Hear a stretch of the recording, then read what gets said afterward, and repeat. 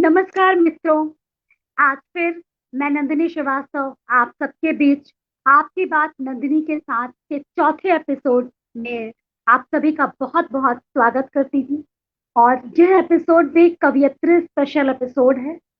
मैंने पिछले बार भी जब तीन कवित्रियों का साक्षात्कार तीन कवित्रियों से आप सबको रूबरू कराया था, तो मैंने पिछली बार भी यही कहा था, उसी बात को अब दोहराती हूँ कि जब भी कोई कवित्री घर से बाहर, कोई भी लेखिका, कोई भी शायरा घर से बाहर कविता करने निकलती है, तो उसको उसके साथ दोहरी जिम्मेदारियां होती हैं। उसको जो है एक जिम्मेदारी घर परिवार बच्चों पति की निभानी है, और एक अपनी काव्य के प्रति जो अपनी साहित्यिक जिम्मेदारी है उसको भी निभानी है। तो परेशानी पुरुषों को भी है, मैं ये नहीं कहती कि नहीं है, लेकिन स्त्री पुरुषों के तुलना में स्त्रियों की चुनौती ज्यादा है। तो ऐसी ही कुछ चुनौतीपूर्ण स्त्रियां जो इस दोहरी जिम्मेदारियों को निभाते हुए निरंतर गुणवत्ता साहित्य का सृजन कर रही हैं, मंचों पे, विभिन्न गोष्ठियों में, विभिन्न टीवी चैनल्स पर आपके समक्ष आप उनको सुनते हैं। वो प्रेम रचती हैं, वो श्रृंगार रचती हैं, वो ओज पढ़ती हैं, वो करुणा पढ़ती हैं, वो वात्सल्य पढ़ती हैं, वो हर रस को जीती हैं, हर रस को लिखती हैं। ऐसे ही भारत की तीन बेटियां, साहित्य कुल की तीन बेटियों से आज मैं नंदिनी श्रीवास्तव आप सबको रूबरू कराने जा रही हूँ। अब उनकी कहानी आप उनकी ही जुबानी सुनिए। तो पहली कवित्री जिनको मैं आपसे रूबरू कराऊंगी, उनका नाम है मंजू शाक्या। मंजू शाक्या जी मूलतः फर्रुखाबाद यूपी से हैं और दिल्ली में निवास करती हैं। मंजू जी कई सारे साहित्यिक सम्मानों से अलंकृत हैं तथा विभिन्न पत्रिकाओं और मंचों पर निरंतर सक्रिय हैं। मैं मंजू शाक्या जी का सिटी अपडेट के इस कार्यक्रम में बहुत बहुत स्वागत करती हूँ। बहुत स्वागत मंजू जी। बहुत बहुत धन्यवाद नंदिनी जी, आपने हमें इस कार्यक्रम में आमंत्रित किया। मैं बहुत बहुत आभारी हूँ आपकी। और आपसे रूबरू होके मन की कुछ बातें आपकी भी सुनूंगी, अपनी भी कहूंगी। जैसा आप आदेश देंगी मैं उस तरह से बिल्कुल आपके साथ हूँ। जी बिल्कुल भी। और मैं मंजू जी की तरफ से भी अपने सिटी अपडेट के इस शो के सारे श्रोताओं को शुभ संध्या कहती हूँ। और हमारे बीच अब एक और कवित्री जिन्हें मैं बुला रही हूँ, उनका नाम है माधुरी मुस्कान शर्मा। माधुरी जी मूलतः हरियाणा के रोहतक से आती हैं और वर्तमान में गाजियाबाद में अपने परिवार के साथ निवास करती हैं। प्रेम और श्रृंगार की सशक्त कवित्री हैं। विभिन्न मंचों, पत्रिकाओं, टीवी चैनल्स पे निरंतर सक्रिय हैं और शुद्ध मौलिक कवित्री हैं। मैं माधुरी मुस्कान शर्मा जी का अपने शो आपकी बात नंदिनी के साथ में बहुत बहुत स्वागत करती हूँ, अभिनंदन करती हूँ। जी बहुत बहुत शुक्रिया नंदिनी जी। बहुत अच्छा कार्यक्रम है जिसमें आपने मुझे जोड़ा, आपकी बात नंदिनी के साथ। मुझे तो लगता है कि आज की या आपकी बात नहीं, हर बात नंदिनी के साथ होनी चाहिए, क्योंकि इतनी प्यारी सखी हैं कि जिसके साथ भी रहती हैं वो हमेशा ही प्रसन्न खुश रहते हैं। तो बहुत बहुत स्वागत, बहुत बहुत शुक्रिया करती हूँ आपका कि इतने सुंदर, इतने खूबसूरत प्रोग्राम की आपकी बात नंदिनी के साथ और सिटी अपडेट पर जो आपने बुलाया है। बहुत बहुत आभार करती हूँ सिटी अपडेट का और नंदिनी जी आपका। बहुत शुक्रिया मुस्कान जी। बहुत बहुत शुक्रिया। और अब मैं जिस कवित्री को बुलाती हूँ, वो उनका जन्म तो फिरोजाबाद में हुआ है। उनका नाम है रश्मि कुलश्रेष्ठ जी। और रश्मि जी कानपुर में निवास करती हैं। उनके पति प्रशासनिक अधिकारी हैं कानपुर में। रश्मि जी ने संगीत की शिक्षा प्राप्त की है, शिक्षा ग्रहण की है। और रश्मि जी भी निरंतर पत्र पत्रिकाओं और टीवी चैनल्स और मंचों पर सक्रिय हैं, श्रृंगार लिखती हैं, प्रेम लिखती हैं। मैं इन्हें दीदी कहती हूँ। तो बाकी दोनों तो मेरी सखियां हैं, पर मैं दीदी हैं ये, तो मैं इनको बहुत आदर के साथ नारियों से अलंकृत इस कार्यक्रम में उनका स्वागत करती हूँ। बहुत स्वागत है रश्मि दीदी। बहुत बहुत स्वागत मेरी छोटी बहन। इतने प्यारी और इतना प्यारा पैटर्न सजाया है कि आज तो मुझे बस नारी शक्ति को नमन जो मैंने कभी लिखा था कि रचते नए आयाम तू, फिर क्यों है बेनाम तू, पैर पृथ्वी पर जमा तू, नाम दुनिया में कमा, विजय का परचम लिए तू शिखर पर भागरी। तो मुझे बस ये वो जो नारी है ना प्रगतिशील, वो नंदिनी में और आप सब में दिखाई दे रही है। बहुत बहुत शुभकामनाएं। और आप आज की शाम की चाय जो है वो नंदिनी के साथ सारी बातें, और हम लोग समाज को जो दिशा देंगे वो हम घर के बाहर भी अपना सिक्का जमाएं। और मुझे लगता है कि नारियां किसी से कम नहीं है, तो आज बस धमाल होने वाला है। और मैं जी क्या रश्मि जी, और आपके जी रश्मि जी, आपकी आवाज में थोड़ी सी दिक्कत मुझे लग रही है। और क्या ऐसा मुस्कान और मंजू जी को भी लग रहा है? जी बिल्कुल बिल्कुल, आवाज में दिक्कत प्रॉब्लम आ रही है। मेरी आवाज भी मुझे लौट के वापस आ रही है। नहीं, वो देखिए अब थोड़ी बहुत तो दिक्कत चलती रहेगी, और मैं इस बात को आगे बढ़ाती हूँ और अपने उन सारे श्रोताओं से क्षमा मांगती हूँ जो लिंक पे 5 बजे क्लिक करके बैठ गए थे, और मैं उनको बताती हूँ कि कुछ तकनीकी समस्याओं की वजह से हम 8 मिनट देर से शुरू हुए इस शो के लिए, और अब हम जल्दी जल्दी शो को आगे बढ़ाते हैं।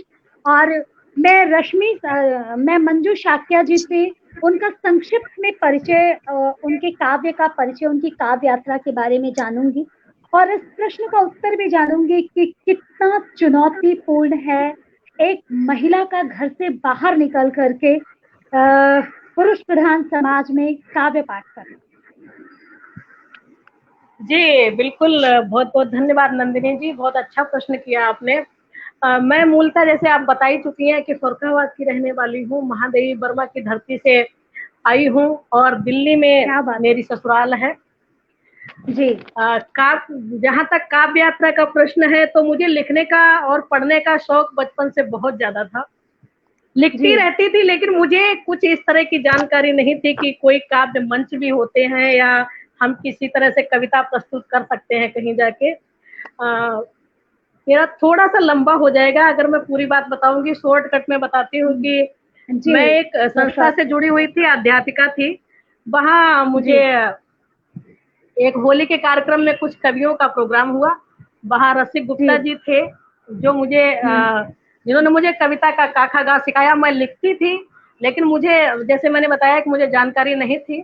उनके माध्यम से जब मैं उनसे जुड़ी तो पहली बार मैंने राष्ट्रीय कवि संगम में नवंबर 2015 में मैंने गोष्ठी ज्वाइन।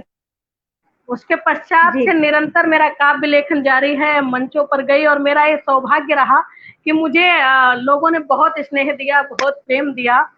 और जहाँ तक रही चुनौतियों की बात, तो हाँ, स्त्रियों के लिए चुनौतियां तो आती हैं बाहर जाने में। घर को संभालना, बच्चों को संभालना, साथ साथ अपने आप को, अपने सपनों को पंख देना थोड़ा सा चुनौतीपूर्ण तो होता ही है। लेकिन अगर आप में हिम्मत है, करने का जज्बा है, तो निश्चित रूप से आप हर कदम पे कामयाबी हासिल करेंगी।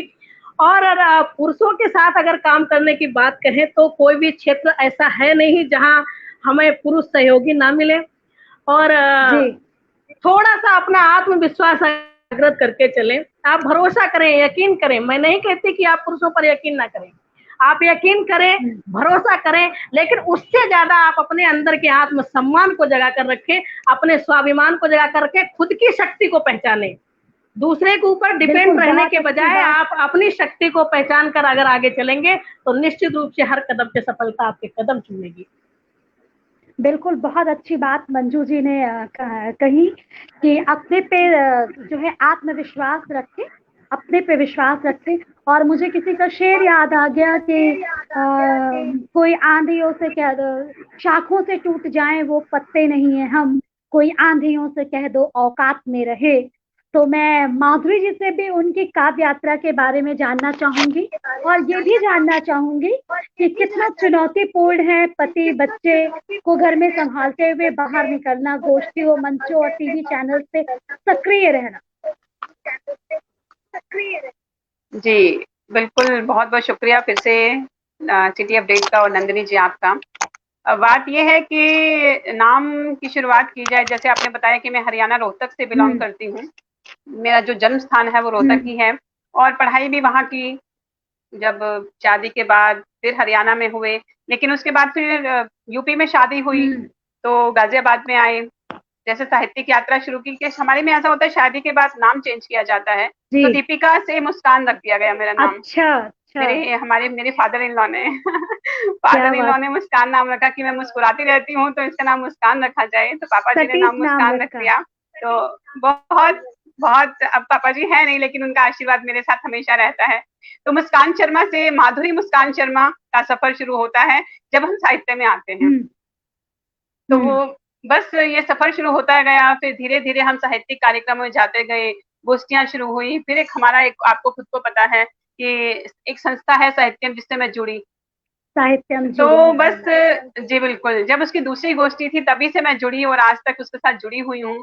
तो दिल से तन मन से साहित्यम हमारा ही है और हम साहित्यम के हैं। आपको पता है इस चीज का कितना कितना प्रेम और स्नेह है हमारा साहित्यम से। तो बस ये साहित्यिक यात्राएं शुरू होती गई, कुछ टूटी फूटी कलम चलती थी, लेकिन जैसे ही साहित्यकारों के बीच में आए तो कलम अच्छी होने लगी। माँ मानी की इतनी कृपा हुई कि बस कलम में इतनी शक्ति हुई, कुछ कंठ में इतना दम हुआ कि लोगों को आवाज अच्छी लगने लगी, लोगों को कलम पसंद आने लगी। तो बस यही साहित्यिक यात्रा है। बाकी बात की जाए कि चुनौतीपूर्ण की, देखिए कुछ चुनौतियां होती हैं कि घर से बाहर जब स्त्री निकलती है, जब घर से बाहर नारी निकलती है तो उसे बहुत कुछ देखना पड़ता है। बच्चा अगर छोटा है तो और भी ज्यादा दिक्कत है, बच्चा बड़ा है तो चलो वो घर को संभाल लेता है। और सबसे विशेष बात होती है कि अगर हमारा हमसफर, अगर हमारा परिवार हमारे साथ है तो चुनौती जो बहुत ज्यादा होती है वो थोड़ी कम हो जाती है, क्योंकि पीछे संभालने वाले हो जाते हैं कि जाओ तुम काम करो मैं संभाल लूंगा। तो ये मुझे लगता है कि चुनौतियां अगर कम करनी है तो अपने परिवार को साथ लेकर जो स्त्री चलती है उसके लिए चुनौतियां थोड़ी कम हो जाती हैं। देखिए रहता तो है, जब हम 2 दिन के लिए बाहर जाते हैं, साहित्यिक यात्राएं लंबी लंबी होती हैं कभी, तो हमें चिंता तो रहती है कि 2 दिन का है, कुछ ऐसा बना के जाए कि 2 दिन चल जाए ताकि वो भी एडजस्ट कर ले और हम भी एडजस्ट कर ले। तो ये बहुत कुछ होता है, मतलब लेडीज के साथ बहुत कुछ, स्त्रियों के साथ बहुत कुछ होता है। तो इसी को देख के बस साहित्यिक यात्रा चल रही है। बस मेरा तो यही है कि जो मुझे लगता है कि परिवार के साथ जो चलता है ना, उसकी कोई भी साहित्यिक यात्रा नहीं, कोई भी यात्रा जो होती है वो जो मंजिल बहुत आसानी से मिल जाती है। हर मंजिल का जो सफर है बहुत आसान हो जाता है, बहुत आसान हो। तो मुझे लगता है कि मेरा परिवार मेरे साथ है, तो मैं हमेशा भी अपने परिवार को अपने साथ रख के चलने की कोशिश करती हूँ, तो मेरी चुनौतियां अपने आप ही कम होती जाती हैं। बहुत बहुत परिपक्व उत्तर मुस्कान जी, के परिवार अपने साथ लेके चले तो चुनौतियां स्वतः कम हो जाती हैं, वो रास्ते खुलते जाते हैं। बिल्कुल। और रश्मि जी से भी मैं उनका संक्षिप्त में परिचय जानना चाहूंगी और उनसे भी ये जानना चाहूंगी कि वो कानपुर से जब दिल्ली हमारे बुलावे पे आती हैं तो क्या क्या चुनौतियों को का सामना करके, किन किन चुनौतियों का सामना करके आती हैं। नमस्कार। जैसे कि अभी माधुरी जी ने कहा कि ये जो अगर किसी भी क्षेत्र में महिला जब घर से बाहर निकलती है तो चुनौतियों का सामना करना पड़ता है। मुझे लगता है कि उससे ज्यादा परिवार में, आपके परिवार से मेरा मतलब है मायके ससुराल वाले, आपके इंटरनल जो लोग हैं वही आपके पास में कई बार आते हैं। वो सोचते हैं पता नहीं ये क्या करनी चाह रही है। तो मुझे लगता है कि पहले तो अगर आप जो भी काम करते हैं पहले आपको अपने पर विश्वास करना चाहिए। किसी भी कोई भी आंधी आपके विश्वास को नहीं डिगानी चाहिए और उनको समझ में धीरे धीरे आएगा कि आप क्या करने चाहते हैं। कोई ऐसा काम नहीं है जिसमें कि आपको, तो मुझे लगता है कि मेरा एक शेर मुझे अभी याद आ गया कि हमसे ना उलझे हम तूफान को हद बताते हैं, हमसे ना उलझे हम तूफान को हद बताते हैं और वो मक्खी है जो लहरों पे घर बनाते हैं। तो मुझे लगता है कि हम स्त्रियां लहरों पे घर बनाती हैं और घर अपना बस जिम्मेदारी से, मैंने अगर देखा जाए मेरे बच्चे छोटे रहे, मैं घर पे बैठ के ही काव्य सृजन करती थी। मैं कभी किसी मंच पे नहीं गई, थोड़ा बहुत गोष्ठियों में जाना और छोटे बच्चों को संभालना, क्योंकि मुझे लगता है कि बच्चों की पढ़ाई और अगर वो अच्छी निकल गए तो हमारा सारा जीवन सार्थक होगा। और उसके बाद मैंने फिर जब बच्चों को थोड़ा इस काबिल बना दिया, उसके बाद में पूर्ण काव्य के क्षेत्र में और उतरी। और मुझे लगता है कि आपने कहा कि जब कानपुर से दिल्ली आते हो तो सबसे पहले तो तुम्हारा अगर इतनी प्यारी सखी का बुलावा हो और मैं कैसे ना आऊं। तो सबसे बड़ी चीज क्या है कि एक तो प्रेम की बात है, और साहित्यकार जो है ना, आपको मैं एक बात बताना चाहूंगी कि मेरी बेटियों का अंताक्षरी में सिलेक्शन हुआ था 2007 की बात है, और मैं एक ऐसी मतलब कहीं घर से बाहर नहीं निकली, एक घरेलू महिला, मतलब कवित्री होने के साथ मुझे ये था कि मुझे गाड़ियों में बैठ के जाने की आदत बिल्कुल, जैसे ना वो पेम्पर्ड चाइल्ड जो होता है, जो बिल्कुल उसमें रहते हैं अकेले, लेकिन मुझे जुनून था कि नहीं, बच्चों का जी अंताक्षरी में हुआ है और मैं वहां जाके, क्योंकि अगर जुनून है तो आप आगे बढ़ सकते हो, जोश जुनून और थोड़ा सा पागलपन भी बहुत जरूरी है। तो ये सब चीजें हैं जो मुझे लगता है, और परिवार निश्चित ही साथ अगर देता है, तो मुझे लगता है कि किसी महिला को कोई चुनौती और कोई भी जवाबदेही और वो नहीं उनका सामना करना पड़ता है, तो मुझे लगता है अपनी तरफ से महिला करे, लेकिन उसके परिवार वालों का भी दायित्व बनता है कि वो उसके उसके सही काम में, अगर उन्हें लगता है कि हाँ, तो हर तरह से वो साथ दे, क्योंकि मुझे लगता है कि ये बहुत जरूरी है, क्योंकि हम साहित्य की साधना कर रहे हैं और कुछ भी नहीं, और समाज को एक दिशा तब तक नहीं मिलेगी जब तक आधी आबादी हमारी कुछ ऐसे जी रश्मि जी करीब करीब सबका जवाब वही आया कि परिवार अगर साथ लेके चले। और मैं एक बात और जोड़ना चाहूंगी कि मुझे लगता है कि ईश्वर ने जो है ना, ये चुनौती हमें नारी जात को दे दी है कि जब हमें सृजनशीलता हमारे अंदर ही है, जो हमें सृजन के जो शक्ति, जो वरदान देवता देवियों से मिला है, तो जब वो सृजन हो जाता है, वो चुनौती हम पार कर जाते हैं, तो ये भी ठीक है, ये भी चुनौती चलेगी। मुस्कान जी के पास आना चाहूंगी और पूछना चाहूंगी, पहली कविता याद है क्या मुस्कान जी? वो आड़ी तिरछी सी पहली कविता। पहली कविता मैं सही बताऊं तो पहली कविता मैंने लिखी थी दहेज पर। तब मैं पढ़ती थी कॉलेज में। मेरी एक संस्कृत की मैम थी, पुष्पा मैम।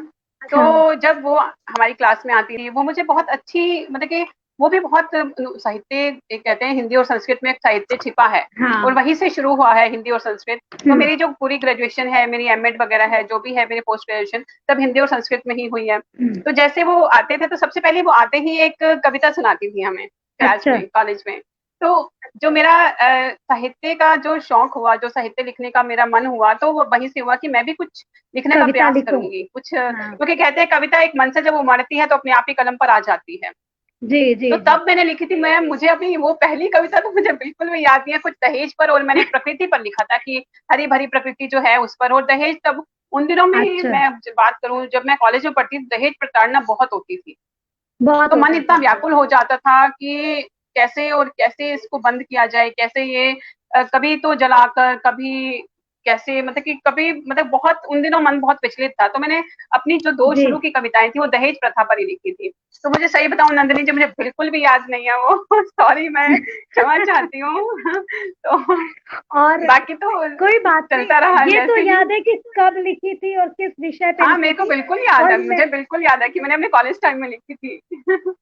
और मैं बताऊं कि कुछ ऐसा मेरे साथ भी हुआ था। अगर आपको याद हो तो कानपुर की 3 लड़कियां शादी के पहले सिर्फ इसलिए आत्महत्या उन्होंने किया था कि उनके पिता के पास दहेज देने के लिए पैसा नहीं था। और शायद वहीं से मैं डायरी खंगालूंगी तो देखूंगी, तो शायद मेरी भी पहली कविता दहेज पे ही रही। वो तुकांत बड़ी लंबी सी कविता जो रो रो करके न्यूज़पेपर पढ़ करके लिखी गई थी। तो मंजू जी की पहली कविता का अनुभव क्या है? कुछ पंक्तियां याद है मंजू जी? माइक म्यूट है मंजू जी, माइक म्यूट है। आपका प्रश्न तो निश्चित रूप से पुरानी यादों में ले जाने वाला है, लेकिन जैसे मैंने कहा कि मुझे बचपन से ही लिखने का शौक था, तो मुझे बिल्कुल भी याद नहीं कि मेरी पहली पंक्तियां क्या थी। हाँ, 1997 में मैं अध्यात्म से बहुत ज्यादा जुड़ा हुआ है, मेरी माँ बहुत आध्यात्मिक थी, तो मुझे याद है कि मैंने एक ईश वंदना लिखी थी, लेकिन वो मुझे याद बिल्कुल भी नहीं है। अगर पता होता तो मैं डायरी लेके बैठती। हम महिलाएं जब पति को हमारा जन्मदिन या शादी की तारीख याद नहीं होती तो कितना लड़ाई करते हैं, और अपनी कविता हमें याद नहीं है। बताइए, अब आज के बाद सब अपनी पहली कविता याद करेंगे। नहीं, देखिए, कहते हैं कि शादी के बाद ना सब कुछ पति का घर ही हो जाता है, तो पति को याद दिलवाना सबसे पहला धर्म हो जाता है। तो हमें याद रहना है, पति को जरूर याद रहना चाहिए। रश्मि जी की पहली कविता कब लिखी गई थी? कविता पाठ के लिए नहीं कह रही हूँ मैं, क्योंकि वक्त नहीं है। पहली कविता कब लिखी थी, किस सोचते थी, कुछ याद है? मैंने 11 वर्ष की आयु से लिखना शुरू किया था। बचपन में क्या होता था कि हम कुछ तुकबंदी करते थे। मेरे जो बड़े भाई हैं तो उनके साथ बैठ के, और मुझे याद है कुछ जैसे रसगुल्ले पर और काला काला ये रसगुल्ला, इस तरह करके कुछ है ना। और एक लिखी थी बादल पे। और हमारे जो बड़े भाई थे, भाइयों की आदत होती है अमूमन की छेड़ने की, तो उनको ये लगता था कि ये इतनी छोटी सी है, ये हमारे साथ खेल नहीं रही है, तो आसपास जाके ना भूखे करते थे कि ये देखो रचेताई भी बैठे हुए हैं। और हम बार बार कागज भी पढ़ते थे, और ये होता था कि नहीं अभी अच्छा नहीं लग रहा, फिर बात करें। क्योंकि हम छोटे थे, तो सैटरडे को बाल दिवस पर कुछ कविताएं सुनानी होती थी, तो वो ज्यादातर लोग दूसरे की या पेपर में निकली वो याद करके सुनाते थे। और हमारी कोशिश ये रहती थी, क्योंकि हमारे घर का माहौल बड़ा अच्छा था। हमारे पापा उस समय कवि देव बिहारी जैसे वो है ना कि पहली भी आजा सहेली तासरे पुता जननी भतार ताके सुत के मित्र को भजिए बारंबार, इस तरह की जो साहित्यिक वार्ता बीच में बच्चों के सामने सुनाते रहते थे, बड़ा अच्छा माहौल था। हम लोग मतलब साहित्य से पढ़ने की बजाय सुनने में हमारा बहुत रुचि थी। पढ़ते भी थे, और कुछ चीजों के शब्द के अर्थ नहीं समझ में आते थे, लेकिन बड़ा अच्छा था। वो रुचि वहां से हुई। तो मुझे लगता है कि वो मुझे थोड़ी याद है। मैंने बताया ना कि बादल और इस पे, और डायरी तो अभी भी। फिर क्या हुआ कि मेरे फादर की अचानक डेथ हुई, और फिर वो सिलसिला थोड़ा सा मतलब सारा और उसके बाद अगली एज में शादी हुई। तो रश्मि जी की आवाज बहुत कट रही है, बिल्कुल भी आ नहीं रही है। आप लोग को भी ऐसा लग रहा है? ये तो बड़ा रश्मि जी की आवाज में बहुत डिस्टर्बेंस है ना? बहुत कम समझ आ रहा है, बहुत कम समझ आ रहा है। हाँ, समझ में नहीं आ रहा है। हाँ जी बिल्कुल। मैं कोई काव्य यात्रा जो बहुत मतलब मेमोरेबल हो, मुस्कान, कोई गोष्ठी या कोई काव्य यात्रा जहाँ जो बहुत मेमोरेबल हो? काव्य यात्रा की बिल्कुल काव्य यात्रा की मैं बात बताती हूँ आपको कि हम रायबरेली गए थे। बहुत मतलब कि मेरे जी बिल्कुल शॉर्ट में बताऊंगी कि काव्य यात्रा ये थी कि मैं रायबरेली जा रही थी, और हम अपनी गाड़ी से जा रहे थे। मेरे हस्बैंड मेरे साथ थे। मेरे हस्बैंड बोले कि चलो, उनकी छुट्टियां चल रही थी, तो बोले कि चलो तुम्हें मैं लेकर चलता हूँ। मैंने कहा चलिए ठीक है, इससे अच्छी तो बात हो नहीं सकती। तो आप मानेंगे, हम रात में चले, और उस काव्य यात्रा में मेरी वो इतना एक्सपीरियंस रहा कि हमारी जो गाड़ी थी वो 4 बार खराब हुई। वहां से लेकर आज मतलब कि घर आने तक हमें 2 टायर बदलवाने पड़े। ठीक है, तो ये बोले कि मतलब कि उनको ये लगा कि इसने तो तुझे कुछ मिला नहीं जितना तूने मेरा खर्च करवा दिया। तो फिर मैंने कहा ठीक है, आज से आप मेरे साथ मत चलना, मैं अपनी काव्य यात्रा अपने आप ही करूंगी। तो वो एक्सपीरियंस था कि जब हम चले, और हाईवे पर ही हमारा पहला ही ऐसा शुरू हो गया कि अब हमें लगा कि कैसे हम यात्रा आगे की स्टार्ट करें, क्योंकि गाड़ी है, वही प्रॉब्लम्स हो जाती हैं जब, तो कुछ मशीनरी है, कुछ पता नहीं चलता। तो हमारा जब काव्य पाठ खत्म हुआ, इन्होंने कहा कि चलो घर चलते हैं। अब वहां से भी हमें जब चले तो टायर पंचर, 2 टायर हमें ठीक कराने पड़े। तो ये बोले कि नहीं, आज के बाद मैं तुम्हारे साथ नहीं चलूंगा। तुम्हारे साथ नहीं जाऊंगा। तो ये जो काव्य यात्रा थी मेरी, मेरे को तो हमेशा जिंदगी भर याद रहेगी। मंजू जी, ऐसी कोई अविस्मरणीय काव्य यात्रा आपकी? आवाज नहीं आ रही मुझे आपकी। जी मैं आपको सुन पा रही हूँ। नंदिनी जी, काव्य यात्रा तो यादगार कई हुई हैं, लेकिन एक सबसे पहली काव्य यात्रा मेरी प्रथम बार जब मैं मंच पे आई, तो मेरा एक्चुअली मेरा जन्म ही मंच पे हुआ। मैंने गोष्ठियों में जाना बाद में प्रारंभ किया।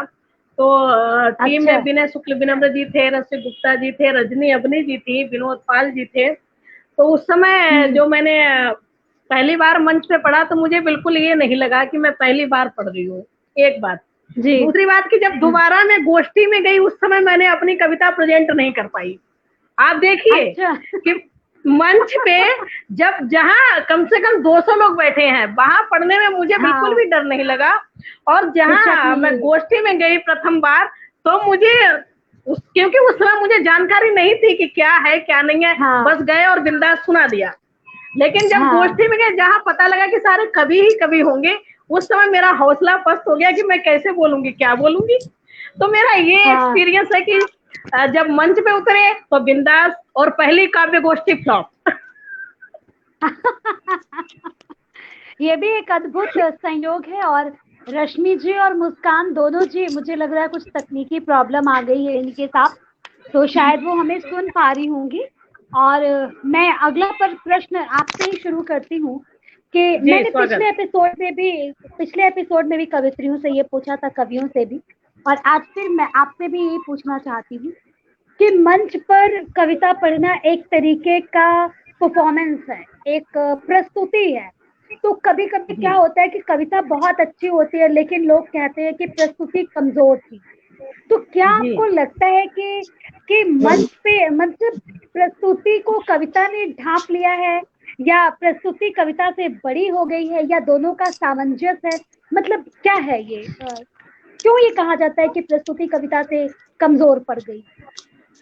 जी बिल्कुल। अगर हम श्रोताओं की बात करें, कविता प्रस्तुति की बात करें, तो मुझे लगता है कि ऐसे श्रोता भी हैं जो शुद्ध साहित्य सुनना चाहते हैं, शुद्ध कविता सुनना चाहते हैं। लेकिन जैसे कि प्रेजेंटेशन की आपने बात कही, तो मुख्य भूमिका तो प्रेजेंटेशन ही निभाती है आपकी। आपको ये आना चाहिए कि जो हमारे सामने बैठे हैं वो सुनना क्या चाहते हैं, हम उन्हें किस तरह से उनका माइंड डेवलप करें कि वो हमारी कविता सुने। आपकी विजय उसी में है, आपकी कविता हल्की भी है और सामने वाला अगर ध्यान से सुन रहा है तो समझिए कि आपकी जीत है। और जहां आपने भारी भरकम शब्दों का प्रयोग करके बहुत साहित्यिक कविता रची और लोगों ने उसको सुनने के बजाय अपनी बातों में मगन रहे, तो मुझे लगता है कि कविता का स्तर कभी नहीं गिरता, कविता का स्तर नहीं गिर सकता। हाँ, लोगों के मन में ये आ सकता है कि कवित्री या कवि जो भी है उसकी प्रस्तुति अच्छी नहीं रही, वो एक अलग मैटर है। उसके लिए तो सुनने वालों के समझ होनी चाहिए, सुनाने वालों की समझ होनी चाहिए कि किस स्थान पर कहाँ और कैसे अपने आप को प्रेजेंट करें।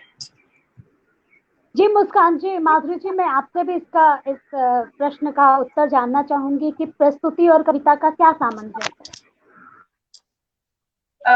नंदिनी जी, मैं जितना ही मैंने मंच किए, जितनी गोष्ठियां की या फिर अभी तक जितने भी लाइव किए, मैं आपको सही बताऊं तो मुझे ये लगा कि दोनों का सामंजस्य बहुत जरूरी है।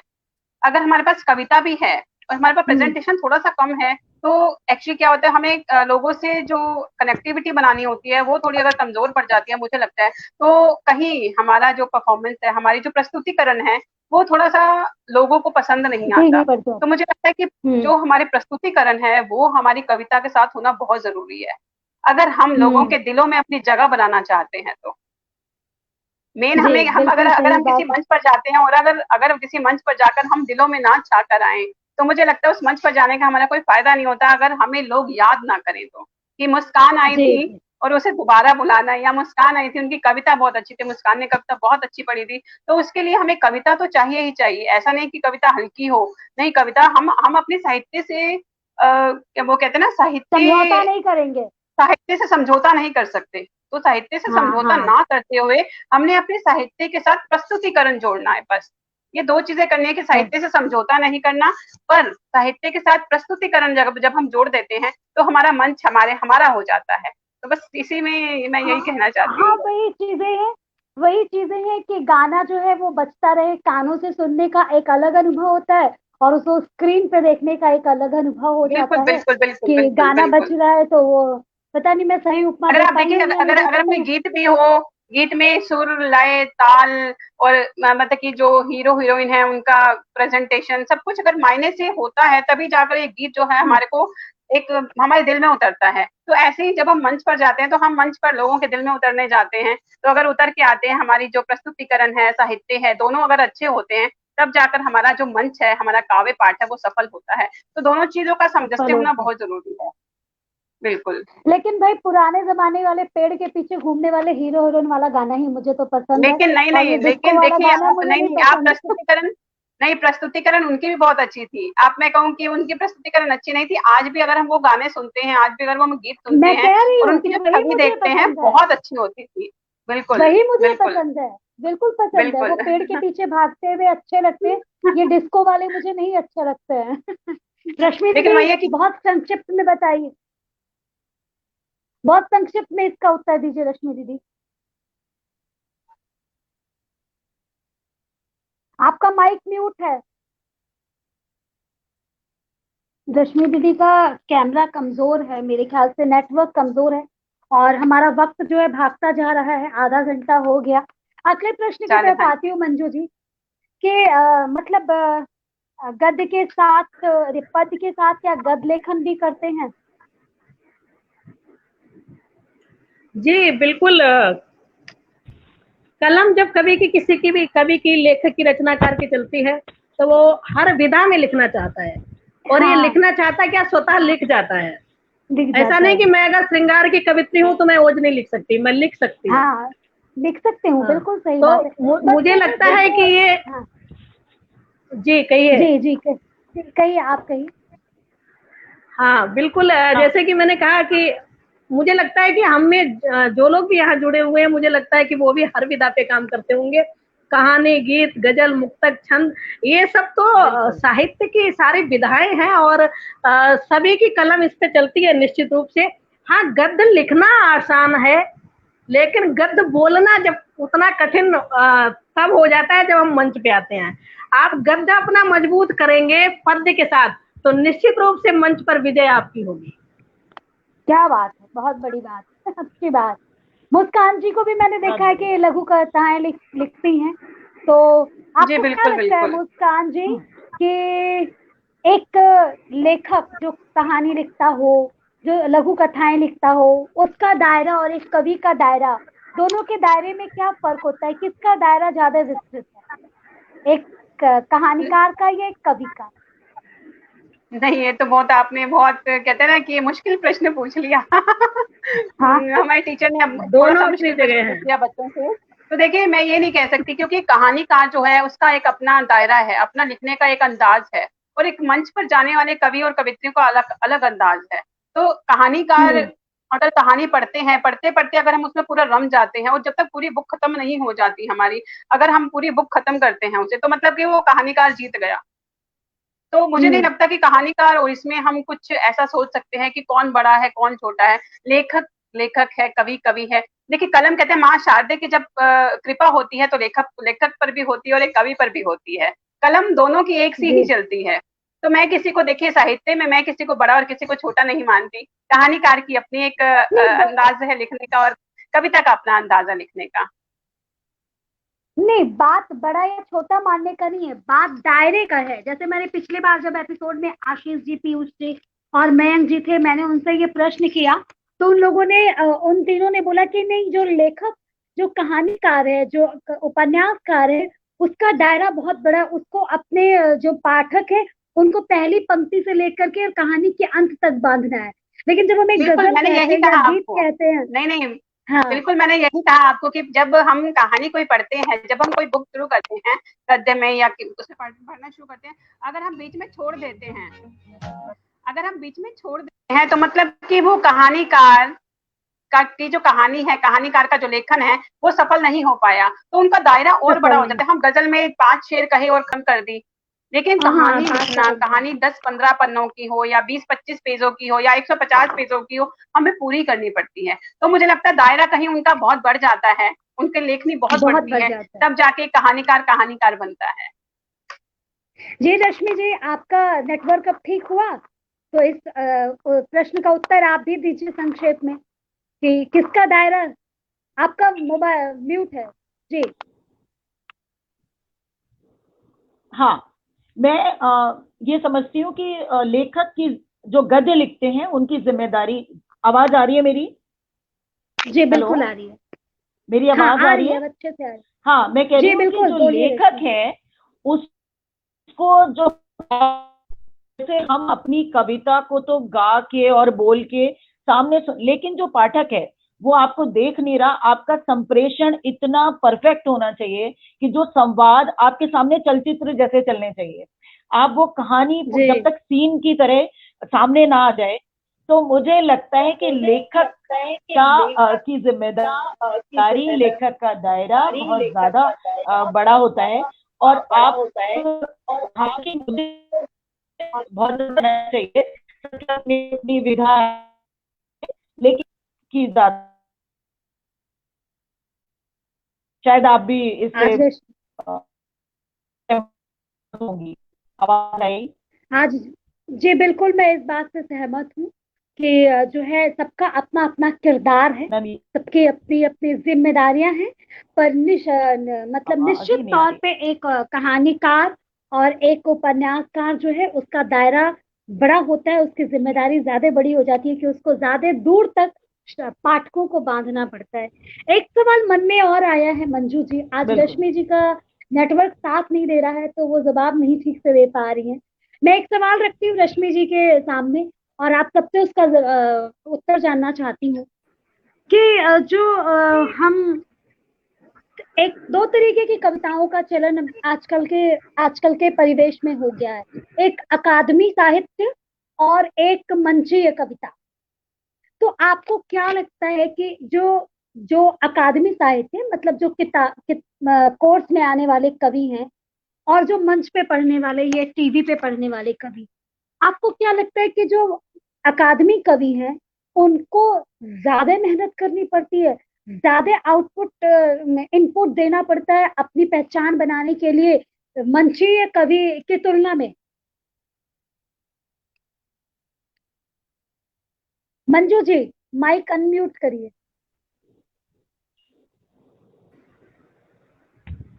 जी देखिए, अगर कविता की बात करें, ऐसी बात नहीं है कि कविता मंचों पे के लिए साहित्य अलग होता है और वैसा बिल्कुल दो राय इसमें मैं नहीं रखती हूँ। लेकिन मंच पे जो हम प्रस्तुत करते हैं उसके शब्दावली, उसके भाव ऐसे होने चाहिए कि सुनने वाला श्रोता चाहे पढ़ा लिखा हो चाहे बिना पढ़ा लिखा, हर किसी के दिल में उतरती चली जाए, वो कविता है। और जो हमारे पृष्ठों में, जो हमारी पुस्तकों में आती है, निश्चित रूप से कुछ फर्क रहता है। चाहे लेखन में कहिए, चाहे उसको प्रेजेंटेशन के तौर पे कहिए, उसमें हम कुछ कठिन शब्द भी, उर्दू के शब्द भी ऐड कर देते हैं जो लोगों के, पढ़ने वाले को तो समझ में आ जाते हैं, क्योंकि हमें वो प्रेजेंट नहीं करने होते हैं। जहां हमें प्रेजेंट करने होते हैं, जहां हमें प्रस्तुति देनी होती है, उस समय हम उन शब्दों के अर्थ बता के तो प्रेजेंट नहीं कर सकते ना। और अगर कविता की बात करी जाए तो आप लीजिए प्रवीण शुक्ल जी की भीष्म प्रतिज्ञा जो कविता है, अगर वो पुस्तक में भी आ जाए, या विनीत चौहान जी ने जो अभी कर्ण पे लिखी है, एक बहुत अच्छा कर्ण उन्होंने पे कविता लिखिए। लिखी है, उसको अगर आप पुस्तक में दे, किसी पाठ्यक्रम में दे या मंच पे प्रेजेंट करें, तो मुझे नहीं लगता है कि कोई भी उसमें कुछ कमी निकालेगा या कुछ प्रस्तुति हल्की रहेगी, ऐसा कुछ नहीं है। कुछ चंद विषयों को छोड़कर अगर बात की जाए तो मुझे नहीं लगता कि इसमें कोई कुछ ज्यादा फर्क है। मुस्कान जी, आपको क्या लगता है कि अकादमी कविताओं को मतलब किताबों में छपने वाले जो कवि होते, कोर्स के सिलेबस की किताबों में है, वो कवि जो मंच के कवि हैं उनसे कम मतलब उनको ज्यादा मेहनत करनी पड़ती है अपनी प्रतिष्ठा, अपना नाम बनाने के लिए, क्योंकि वो कम लोगों तक ज्यादा वक्त में पहुंचते हैं?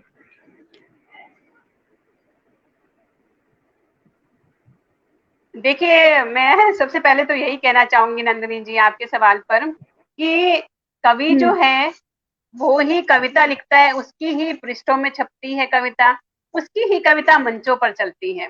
अब आप हरिवंश राय बच्चन जी देखिए, मंचों पर भी रहते थे, उनकी कविताएं पुस्तकों में भी रहती थी।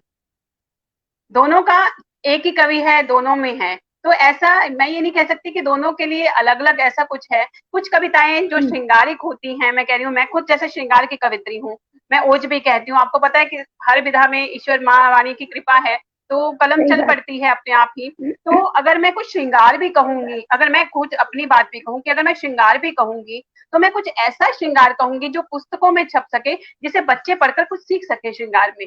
जैसे कई बार आपने देखा होगा कि पुस्तकों में भी राधा और कृष्ण का श्रृंगार चलता है, राधा और कृष्ण के प्रेम की बात की जाती है, सीता मैया और राम जी की बात की जाती है, ठीक है। जैसे आपने कबीरदास जी के दोहे पढ़े। पढ़े, जैसे जैसे तो इस टाइप से ये क्या है, ये कि एक ही कवि है, मंच पर भी रहते हैं और कविताएं जो उनकी हैं पुस्तकों में भी रहती हैं। तो देखिए मेहनत तो आपको करनी पड़ेगी जिससे लोग कुछ सीखें।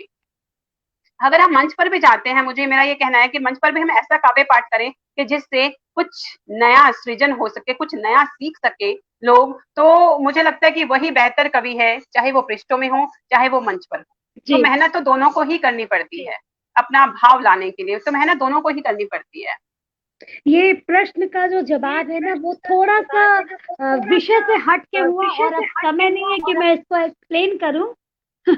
मेरा प्रश्न मूलतः यह था कि मतलब जो अकादमी किताबों में आने वाले जो कवि हैं, हम अपनी एक किताब छपवा लेते हैं, हम उसका विमोचन करते हैं और वो हम फेसबुक पे डालते हैं, अमेजोन पे डालते हैं और 1,000-5,000 लोगों के बीच में पहुंच जाती है। लेकिन एक कवि जिसकी कविता सिलेबस में आती है, उसको तो वही लोग जानेंगे जो बीए प्रथम वर्ष में पढ़ रहे हो या बीए द्वितीय वर्ष में पढ़ रहे हो।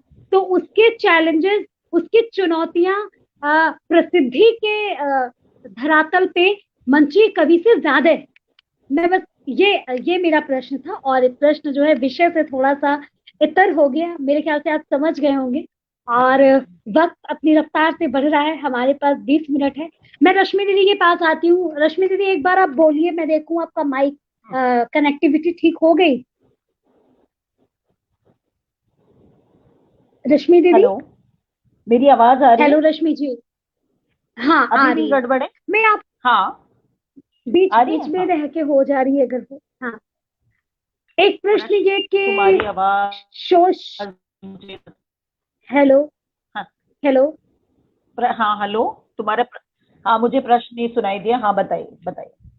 मैं प्रश्न भी बोल हेलो। रही हूँ कि जी जी जी जी जी, हाँ हाँ, बोलिए।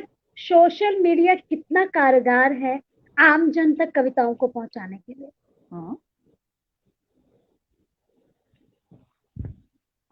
सोशल क्वेश्चन यही है ना कि सोशल मीडिया कितना कारगर है आमजन तक रचनाएं या अपनी बात पहुंचाने में। जी बिल्कुल। बीच बीच में मुझे आवाज थोड़ी सी गड़बड़, नेटवर्क। हाँ, मुझे लगता है कि सोशल मीडिया आजकल के समय में बहुत अच्छा माध्यम है। पहली बात तो ये देखिए कि आज हम लॉकडाउन के समय और ऐसे विषम परिस्थिति में एक दूसरे के साथ संप्रेषण कर पा रहे हैं आपस में। ये जो टॉक शो हो रहा है न्यूज अपडेट पे, तो ये सब ही हमारे टेक्नोलॉजी का कमाल है। और सोशल मीडिया में निश्चित ही क्या होता था कि पत्रिकाएं कवियों ने छपवाई और एक दो लोगों को बांटी और उनके घर में लाइब्रेरी में रखी रह गई। मुझे लगता है कि हम लोग कई जो कविताएं लिखते हैं वो फेसबुक पे, व्हाट्सएप पे, इंस्टाग्राम पे और भी बहुत से माध्यम हैं जिन पे आप डालते हैं और बहुत से आपको श्रोता क्या पाठक आपके होते हैं। तो मुझे लगता है कि इस तरह हम बातें मतलब अपने मन के विचार, समाज की विद्रूपताओं पर जो लेखनी चलाते हैं, तो निश्चित ही मुझे लगता है ये अच्छा माध्यम है। और जो लोग ये कहते हैं कि रोज लिख रहे हैं, रोज, मैं कहती हूँ जितनी क्षमता है। कई लोग इसको बीच में मैंने सुना कि भाई कई लोग बहुत ज्यादा लिख रहे हैं। माँ वाणी की जो मैं कहती हूँ हर एक पे इतनी कृपा हो कि खूब लिखे, खूब सृजन करे। हाँ, क्वालिटी बहुत ज्यादा कुछ भी ना लिख दे, बस थोड़ा सोच विचार के। और बाकी तो मुझे लगता है कि रचना तो लिखी नहीं जाती, स्वतः ऊपर से उतरती है। माँ वाणी बस बिल्कुल सही बात, हम माध्यम होते हैं अवतरित और वो होती है। कागज पे उतरती जाती है। तो जी बिल्कुल। और मुझे लगता है कि ये माध्यम इतना सुंदर है। और पहले क्या होता था कि हम घर में लिखा, स्वांतः सुखाए बैठ के छपवा चार हमने विमोचन कराया। और मेरा तो मैं 95 से लिख रही हूँ और मेरा 20-25 साल का अनुभव है और मैं समझती हूँ कि अब ज्यादा लोग कनेक्ट हो रहे हैं। रचनाएं आज 1 साल भी नहीं होता और लोग रचनाएं सुनने लगते हैं, कवित्री या कवि जो भी हैं उनके बारे में जानते हैं कि हाँ ये भी है, मतलब अब ये भी लिखना शुरू हो गए, ये भी। और मुझे लगता है नए लोग और भी अच्छा लिख रहे हैं। हम समाज जी के बिल्कुल। जो नए, क्योंकि जब तक हम एक दूसरे को सुनेंगे नहीं, पढ़ेंगे नहीं, तब तक हमें पता नहीं चलेगा कि हम क्या लिख रहे हैं। तो मुझे लगता है सोशल मीडिया एक बहुत अच्छा माध्यम है ये। जी मंजू जी, आप भी एक होना मिनट इस चाहिए। पे कुछ प्रकाश डालिए। आपका माइक अनम्यूट करिए, माइक। जी जी नंदिनी जी, सोशल मीडिया जो है आज के समय में एक इतना कारगर है कि आपने देखा होगा कि सोशल मीडिया के माध्यम से रानो जो सही थी बात है, रातों रात स्टार बन गई, स्टार बन गई। रानो मंडल। हाँ आपको याद होगा। और एक गीत आया था ध्रुव, रजनीकांत के दामाद का, ध्रुव ध्रुव नाम है शायद कोलावरी उनका, डी। कोलावरी डी। रातों हाँ रात उसके करोड़ों सब्सक्राइबर और करोड़ करोड़ लाइक हो गए थे। इसी तरह से बहुत नए नए हमारे रचनाकार आते हैं। हम लोग स्वयं अपनी जो रचना डालते हैं उस पर जो कमेंट मिलते हैं, तो हमें लगता है कहीं न कहीं लोग हमको पढ़ते हैं, हमको सुनते हैं, हमको जानते हैं। वास्तव में सोशल मीडिया जो है हमारे जीवन का एक अभिन्न अंग बन गई है। जी मुस्कान जी, आप क्या कहना चाहेंगी? जी बिल्कुल, मैं तो इस बात से सहमत हूँ कि सोशल मीडिया हमें आगे ले जाने के लिए बहुत ही कारगर है। मतलब आप ये लगा लीजिए कि आजकल जैसे लाइव ही आप देख लीजिए चल रही है, मैं किसी और की बात नहीं करती, मैं अपने लाइव की बात ही करती हूँ। कोई भी जो लाइव कर रहा है, अगर उसके शेयर्स होते हैं, आप एक लाइव करते हैं, आपके 150 शेयर होते हैं, 50 शेयर होते हैं, 20 शेयर, जितने भी शेयर होते हैं, लेकिन वो पहुंचता कितने लोगों के पास है, रीच इतना बढ़ जाता है उनका कि 20-20 हजार रीच हो जाता है। जो हम एक कवि जो किताबों में छिप के रह जाता था, कविताएं जो 4-5 लोगों के पास जाती थी, आज 20-20 हजार लोगों के पास जाती है एक ही दिन में। तो मुझे लगता है कि चाहे आप देखिए इंस्टाग्राम देखिए, फेसबुक देखिए और ट्विटर देखिए, अब कितने कितने अच्छे ऐप्स हैं, नोजोटो देखिए, योरपोर्ट देखिए, मतलब कितनी तरह से लोग हमारे साथ जुड़ते जाते हैं इसमें। हम जिन्हें जानते भी नहीं है वो भी हमें सुनते हैं। तो मुझे लगता है कि इससे बड़ा मंच और कोई नहीं हो सकता, चाहे वो असली का मंच, जब हम जो लाइव मंच पढ़ने जाते हैं उससे भी ज्यादा बड़ा मंच सोशल जी मीडिया है आज। बिल्कुल। तो सबसे बड़ा मंच मैं तो आजकल इसको मानती हूँ। और अच्छा है हम लोगों का प्रचार करने के लिए, जो पहले लोगों ने इतनी कठिनाई अपने आप को ली कि सही बात है। अपने आप को फेमस करने के लिए, अपने आप को प्रसिद्ध करने के लिए बहुत मेहनत करनी वर्षों पड़ती थी, वर्षों। आज आपके एक लाइव में, एक सोशल मीडिया पर पोस्ट करने के बाद आपके हजारों के पास पहुंच जाती है। तो बहुत अच्छा मंच है ये सोशल मीडिया का। जी सही बात है, और परिवर्तन प्रकृति का नियम है। और जैसे जैसे युग बदला, हम आदिकाल, रीतिक काल, पाषाण काल और फिर टेक्नो एरा में आ गए। तो सही बात है, टेक्नोलॉजी जो है हर चीज के लिए, अगर वो मेडिकल के क्षेत्र में, चिकित्सा के क्षेत्र में टेक्नोलॉजी उनको कारगर है, शिक्षा के क्षेत्र में उनको कारगर है, तो सही बात है हम साहित्यकारों के क्षेत्र में भी टेक्नोलॉजी निश्चित कहीं ना कहीं उन्हें जो है उनको संप्रेषण करने में, उनकी रीच, उनको ज्यादा लोगों में कम समय में पहुंचने में सच में काफी जो है वो कारगर सिद्ध हो रही है। और वक्त सच में सखियों के साथ कैसे बीत गया मुझे बिल्कुल पता नहीं चल रहा है। एक बात और मैं मंजू जी से जानना चाहूंगी, उसके बाद काव्य पाठ पे आएंगे। एक एक मिनट में आप लोग इसका उत्तर दीजिएगा कि क्या हमारी जी जिम्मेदारी बनती है कि हम आगे अपनी आने वाली पीढ़ियों को, हम ये नहीं कहते हम अपने बच्चे को जब उसको कविता लिखना सिखाएं, आने वाली पीढ़ी, मतलब अगर मान लीजिए कि हम मतलब उम्र के चौथे 5वें दशक में चल रहे हैं, अब तो हमारे से जो छोटे बच्चे आ रहे हैं, जो हमारे बच्चों बराबर बच्चे आ रहे हैं, उनके प्रति हमारी हमारी क्या कुछ जिम्मेदारी है कि हम ये नहीं कह रहे हम उनको मंच दें, लेकिन उनको अगर हम कुछ हमें लगता है कि हम इनको कुछ हेल्प कर सकते हैं, कुछ उनको पढ़ा सकते हैं, कुछ सिखा सकते हैं, कुछ बता सकते हैं, उनका निःशुल्क कुछ निश्चल भाव से बिना किसी मतलब स्वार्थ के उनके उनके किसी समस्या का समाधान कर सकते हैं, तो क्या ये साहित्य का विस्तार करेगा? बिल्कुल बिल्कुल विस्तार करेगा। जैसे कि आपने कहा, मेरे पास कई नवोदित कवियों के बच्चों के फोन आते हैं, कई बार पूछते हैं दीदी ये कैसे करें, क्या करें। तो हाँ हमारा धर्म बनता है एक साहित्यकार होने के नाते कि हम ये एक जो खाई बना रखी कुछ लोगों ने कि मतलब बड़े कवि और छोटे कवि, मैं ऐसा नहीं मानती। अगर कोई भी कलमकार है, लिखना चाहता है, और कविता कोई लिखना सिखा नहीं सकता, भाव उतरते हैं, कविता होती है। हाँ, हम उसमें सुधार करवा सकते हैं। अगर कोई बच्चा है, कोई पूछ रहा है, तो हमारा धर्म बनता है कि हम उसको बताएं। और दूसरी बात कि हमारे घर के जो बच्चे हैं, उनमें दिक्कत कहाँ पे आती है कि अधिकतर बच्चे जो हैं, हमारे हों या आपके हों, अंग्रेजी मीडियम में पढ़ते हैं, इंग्लिश मीडियम पढ़ते हैं, हिंदी से कहीं ना कहीं वो दूर हो रहे हैं। उसके लिए सबसे अच्छा तरीका है कि हम अपने घर में पूजा करते टाइम चाहे 2 श्लोक पढ़े, 2 चौपाई पढ़े, कुछ भी पढ़े, तेज स्वर में पढ़े, बच्चों के कानों तक जब वो पहुंचेगी तो स्वतः उनके अंदर आनंद अनुभूत होगी और पढ़ने की इच्छा जागृत होगी। वो पढ़ेंगे, जुड़ेंगे, हमारा साहित्य बचा रहेगा। बिल्कुल, बहुत अच्छी बात। और मुस्कान जी, आधे मिनट में वाइंड अप करिए। जी बिल्कुल, मैं आधे मिनट में सिर्फ यही बोलूंगी कि माँ वाणी की जब आज्ञा हमें मिली है, तो हम उस वाणी को, जो माँ वाणी की आज्ञा है, हम उसको समेट के नहीं रख सकते। मुझे लगता है कि माँ वाणी ने हमें आज्ञा दी है, तो माँ वाणी की आज्ञा को हम आगे ले जाकर उनकी जो संस्कृति है, उनका जो आज्ञा है, हम उसको जब तक नहीं विस्तार करेंगे तो हमारे कहीं ना कहीं माँ वाणी जो है हमसे रुष्ट हो जाएंगी। तो मुझे लगता है अपनी संस्कृति को आगे बढ़ाने के लिए, अपने साहित्य को आगे बढ़ाने के लिए हमें आगे आने वाली कलम को उठाना ही होगा, उन्हें कुछ सिखाना ही होगा। हम नहीं कहते कि हम बहुत बड़े हैं, हम सिखाने लायक हैं, अगर जो हमसे बन पड़ता है वो हमें जरूर करना चाहिए।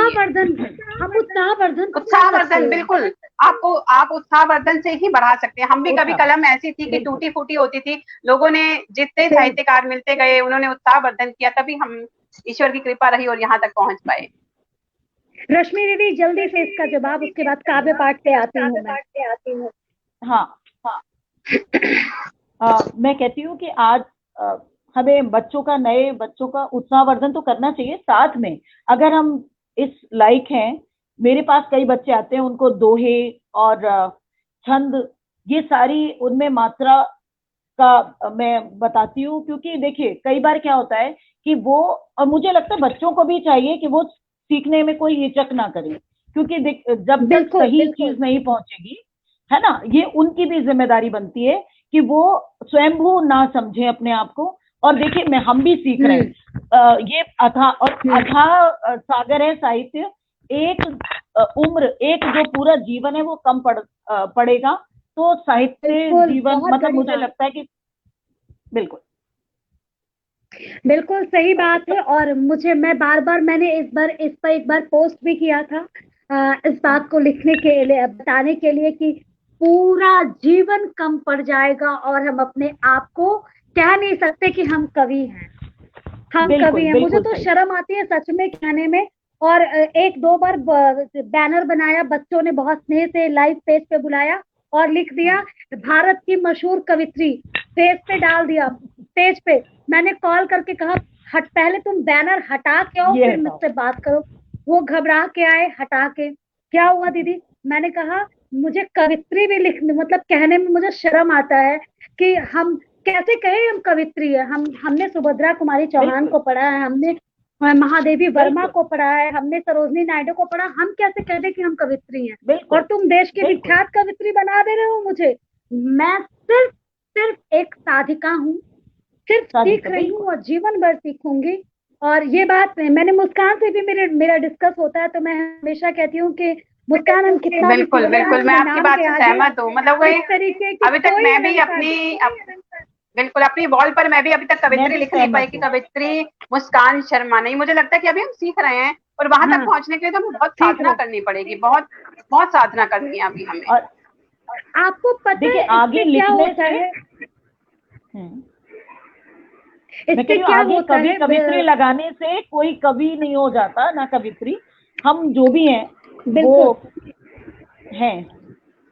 बिल्कुल, एक शेर मैं सुनूंगी आप लोग का। इस बात को बोलने के बाद मैं बहुत जरूरी बात बोल रही थी। ये बोल रही थी मैं कि हम ऐसा करके अपने पीछे जो बच्चे खड़े हैं, जो हमसे उम्र में छोटे हैं, जो हमारे पीछे लाइन लगाए हैं, हम उनको गुमराह कर रहे हैं।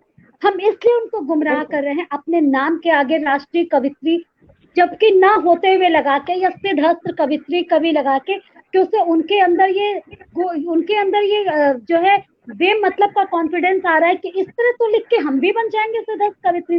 और जब वो इस मकाम पे नहीं पहुंचते हैं तो उनके अंदर डिप्रेशन आती है, और डिप्रेशन सुशांत सिंह राजपूत जैसे किसी चीज को क्रिएट करती है।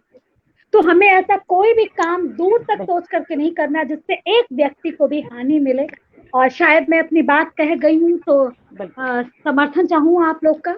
और मंजू जी 2-2 शेर के साथ इस कार्यक्रम बिल्कुल सहमत, बिल्कुल सहमत। दो एक मुक्तक या 2-2 शेर के साथ। जी बिल्कुल, बहुत अच्छा नंदिनी जी, बहुत अच्छा कार्यक्रम आपके लिए, आपको उसके लिए बधाई देती हूँ।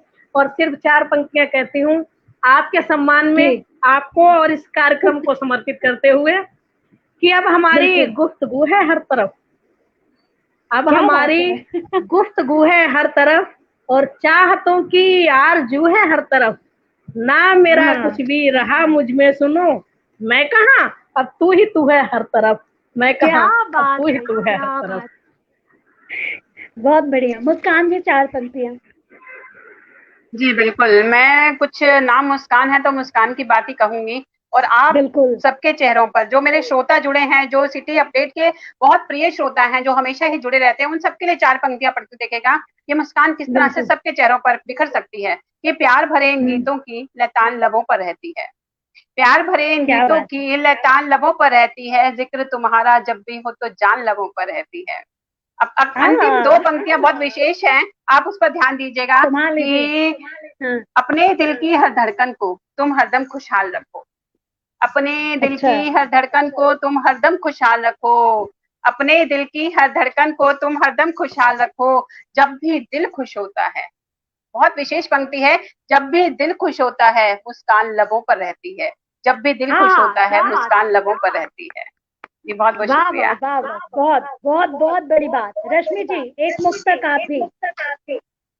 बिल्कुल मुक्तक रखती हूँ कि हमने माना है निराशा बदलियों ने तुमको घेरा, तोड़ क्या पाएगी झंझा ये अटल विश्वास तेरा, हमने माना है निराशा वो पलाशी मुस्कुराहट ताप से फिर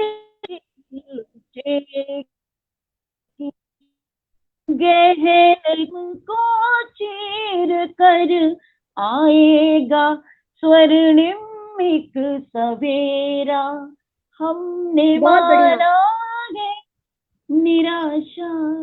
बहुत बहुत शुक्रिया। बहुत बहुत अच्छा लगा। और मुझे कई वजहों से ये बहुत अच्छा लगा। एक तो मेरे एक बुलावे पे इतनी अच्छी अच्छी कविताएं मेरे सामने आ गई और दूसरी बात कि अच्छा लगता है जब हम बचपन से ये सुनते आते हैं मंजू जी कि औरत औरत की दुश्मन होती है। उस जमाने उस जगह से हम आते हैं जहाँ ये सुनते आए हैं कि औरत औरत की दुश्मन होती है, वो घर की बात हो या बाहर की। वहां पे जब 4 औरतें एक प्लेटफॉर्म पे इकट्ठा होकर के एक दूसरे का उत्साहवर्धन करती हैं तो सच में मुझे लगता है कि माँ शारदे स्वतः वहां पहुंच जाती है। और और सभी का बहुत बहुत आभार। बहुत सारे श्रोता हमें देख रहे हैं, सुमित जी हैं, बहुत सारे लोग जो है वो दीप्तिका वर्मा विक्रम जी हैं, वो कमेंट भेज रहे हैं, लेकिन हम किसी का जवाब नहीं दे पा रहे हैं, किसी का नाम नहीं ले पा रहे हैं। तो आप सभी का फिर से बहुत बहुत आभार और जुड़े रहिएगा। और एक इस विश्वास के साथ कि हम जैसे हैं वैसे ही आगे बढ़ेंगे, हम टिकेंगे नहीं, हम हटेंगे नहीं। जय हिंद, जय भारत। जी बहुत बहुत शुक्रिया, बहुत बहुत शुक्रिया, बहुत बहुत शुक्रिया।